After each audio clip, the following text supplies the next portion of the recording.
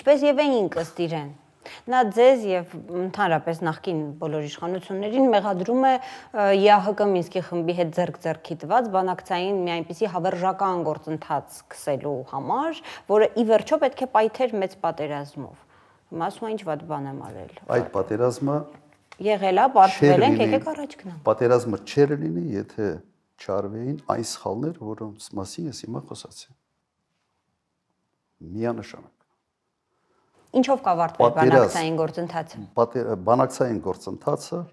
կավարտվեր այդ մադրիդյան սկզբունքների մոդիֆիկացված տարբերակների ընդունման տարբերակով։ Եթե Նիկոլ Փաշինյանը մտներ բանակցային գործընթացի մեջ 19 թվականին, առաջարկը լավն էր, ապա շատ մեծ հավանականությամբ ամեն ինչ կավարտվեր նման կարգի փաստաթուղթ ստորագրելու տարբերակով։ Սա կլներ ավարտը։ Եթե ենթադրենք, որ անփորձություն էր քաղաքական, ելնենք այդ տեսակետից, ինչ որ մեկը ձեզ փորձել է խորհուրդներ տալ Նիկոլ Փաշինյանի քաղաքական թիմին, թե ինչպես են բանակցում։ Որևէ փորձ իմ հետ չի եղել նման կարծիք ինչ որ իմանալու, ինչքան ես հիշում եմ, ինքը հանդիպել առաջին նախագահի հետ, որից հետո ասել է, որ ոչ մի նոր բան ես չլսեցի։ Չեմ կարծում, որ ինքը ընդհանրապես ընդունակ է խորհուրդ լսելու։ Չեմ կարծում։ Ամենից անհասկանալի կետը ինձ համար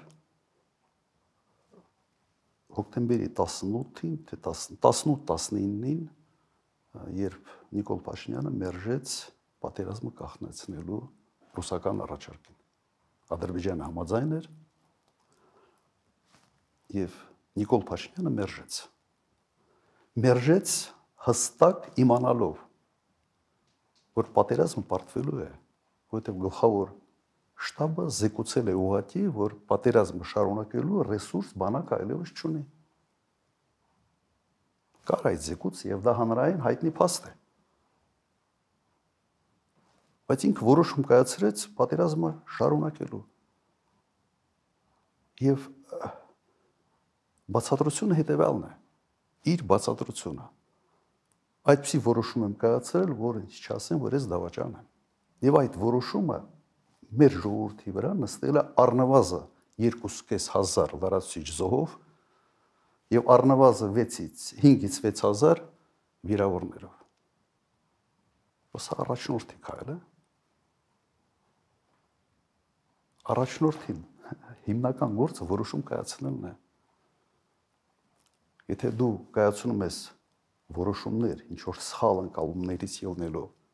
կամ դու կայացնում ես որոշում հստակ իմանալով, թե